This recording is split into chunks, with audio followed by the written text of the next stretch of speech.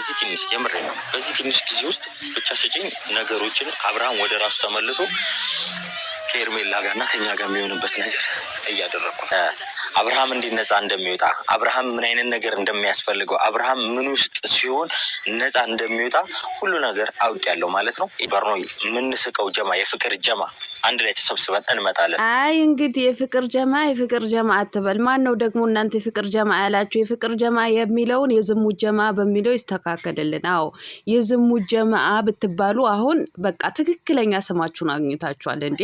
ምንድነው እናንተ ሰዎች እኝኝ ማለት አይከብዳችሁ? ትንሽ ጊዜ ብቻ ስጪኝ አብርሃም ወደ ራሱ ተመልሶ ወደ ሄርሜላና ወደ እኛ እንደሚመጣ አስተካክያለሁ። በጣም ነው እንዲያስተካከልከው። ስንት ጊዜ ነው የምታስተካክለው አንተ ማለት ነው። ለማንኛውም ውድ ተመልካቾቼ ላይክ፣ ሼር፣ ሰብስክራይብ እያደረጋችሁ እስከ መጨረሻው ከኔ ጋር ሆኑ። ሌላው ደግሞ ምን እንዳለ ታውቃላችሁ? በእኛ ሳቅ አንድ ቀን ትቀናላችሁ ብዬ አስቤ እንዶ ገምቼም አላቅም ነበረ። ለካ በሳቃችን ትቀናላችሁ። አንዳንድ ሰዎች ደግሞ እየሳቃችሁ ነው፣ ደስ ብሏችሁ እየሳቃ። አዎ ደስ ብሎን እየሳቅን ነው። ለምን እንደሆነ ታውቃለህ? በደንብ አድርጌ የምነግርህ ይሆናል። ቴቴ አቤላዬ በደንብ አድምጠኝ። አዎ ላይክ፣ ሼር፣ ሰብስክራይብ እያደረጋችሁ እስከ መጨረሻው ከኔ ጋር ሆኑ። አሰላሙ አለይኩም ወራህመቱላሂ ወበረካቱ። ውድና የተከበራችሁ ቻናሌ ቤተሰቦች ሰላም ብያለሁ። በያላችሁበት ሰላማችሁ አላህ ያብዛልኝ። ላላ ብዬ ወዳችኋለሁ። ለቤቴ ወይ ለቻናሌ አዲስ ከሆናችሁ ሰብስክራይብ እንዲሁ የደወል ምልክቱን በመጫን ቤተሰብ ይሁኑ። ከዚህ በፊት ቤተሰብ ሆናችሁ ላይክ፣ ሼር፣ ኮመንት ለምታደርጉልኝና ለምታበረታቱኝ እጅግ በጣም አድርጌ ከልብ አመሰግናለሁ። አላህ ያክብርልኝ። ዛሬም እንደተለመደው በሌላ ቪዲዮ መጥቻለሁ። ቪዲዮን ከወደዳችሁ ላይክ፣ ሼር፣ ሰብስክራይብ ማድረጋችሁን እንዳትረሱ። የዛሬ ቪዲዮ መግቢያችሁ ላይ እንዳያችሁት ወይም እንዳደመጣችሁት የቴቴ አቤላና እንግዲህ የውሽማው የማርቲ ቪዲዮ ነው ማለት ነው። እንግዲህ እንደሰማችሁት ፉከራውና ሽለላውን ቀጥሏል ማለት ነው። በጠዋቱ የሩታ እንትን ኮፒ ለቆ ነበረ።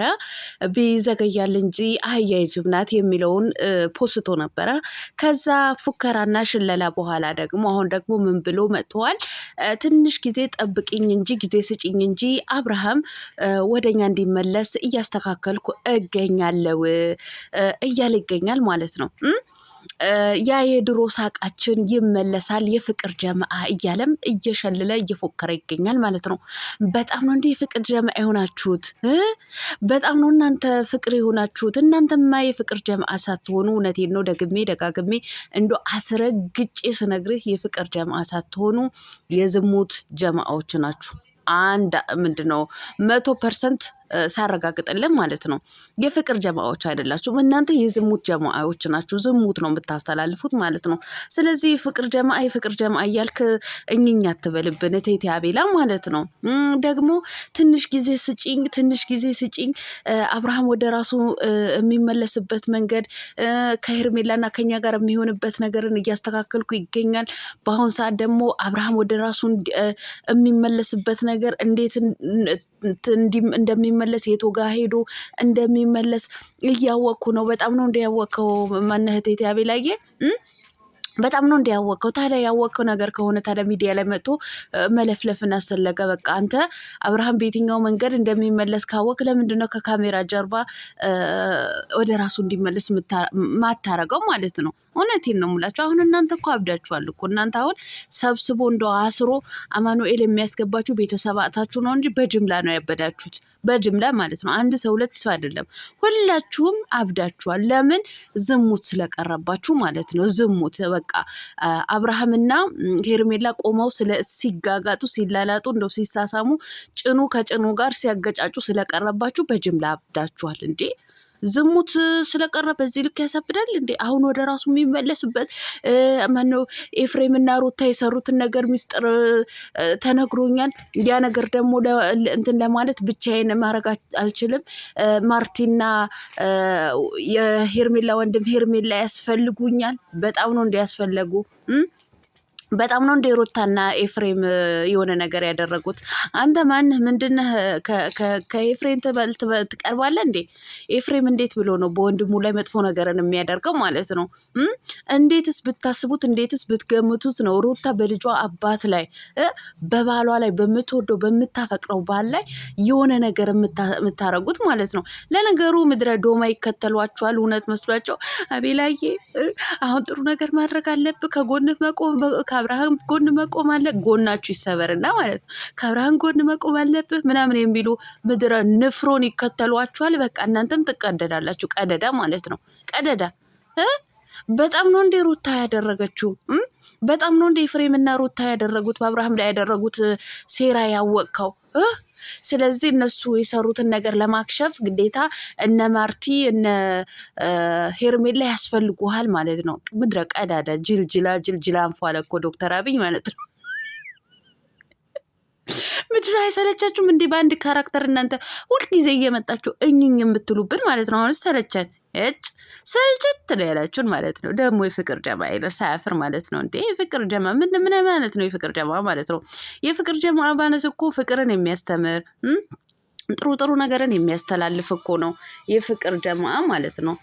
እናንተ ደግሞ የፍቅር ጀማ ሳትሆኑ የዝሙት ጀማዎች ናችሁ።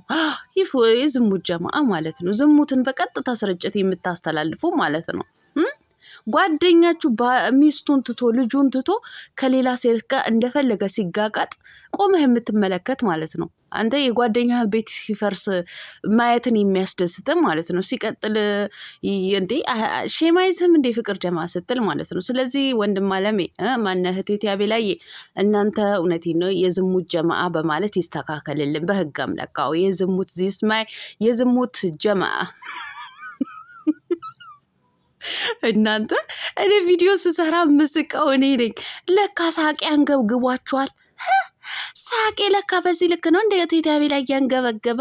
አንዳንዶቻችሁ አላችሁ የምትስቁ ተደስታችሁ የምትስቁ በቅርቡ ቀን የምታዝኑበት በጣም ነው እንደያዘን ነው። አሁን ያንተ ወሬ ያንተ እኛን ያሳዝነናል፣ ያስከፋናል። እንደው ፈን እየሆንን እኮ ነው እየተከተልን ያለው ማለት ነው። ልክህን እየነገርንህ ማለት ነው። እንዴት ነው እኛ ሊያሳዝንን የሚገባው ማለት ነው። ሲቀጥል የእኛ ሳቅ እንዴት ሊያናድድ ቻለ? በዚህ ነው እንዴ ያንጨረጨርኩ? በዚህ ልክ ነው እንዴ ያናደድኩ? ደስ ሲል እኔ ግን እንደተናደዳችሁ ካየሁኝ በኋላ በጣም ነው የተደሰትኩት። ቤተሰብ የእውነቴን ነው የምላችሁ። እኔ ሳቄ እንደዚህ ያንገበግባቸዋል ብዬ አላሰብኩም ነበር። ቴቴ አቤላ ግን ለካ ሳቄ ሰምቶታል።